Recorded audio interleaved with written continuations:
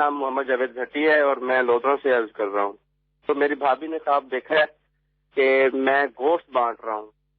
صبح کا ٹائم تھا, اذانوں کے ٹائم سے پہلے یہ بات کا ٹائم ہے یہ, تو اس کا کیا مطلب ہے؟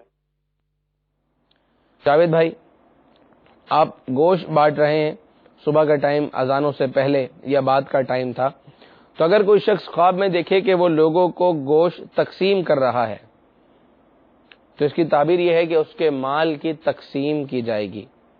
یعنی کس کے مال کی تقسیم کی جائے گی, اس میں دو باتیں ہیں. ایک تو یہ کہ جس نے خواب دیکھا اس کا مال تقسیم ہوگا, یہ بھی ہو سکتا ہے.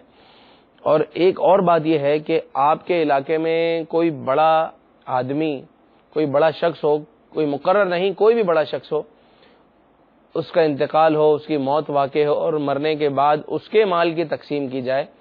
تو یہ دونوں تعبیریں سامنے آ رہی ہیں. ایک آپ کے حوالے سے یہ نہیں ہے کہ انتقال ہو جائے گا, ایسا نقطہ نہیں ملا. مال کی تقسیم ہوگی, کسی بھی حوالے سے مال تقسیم ہو سکتا ہے کہ آپ اپنا مال خود اپنی اولاد میں تقسیم کریں, رشتہ داروں میں تقسیم کریں, غربا میں تقسیم کریں, تو ایسا ممکن ہے, ضروری نہیں ہے.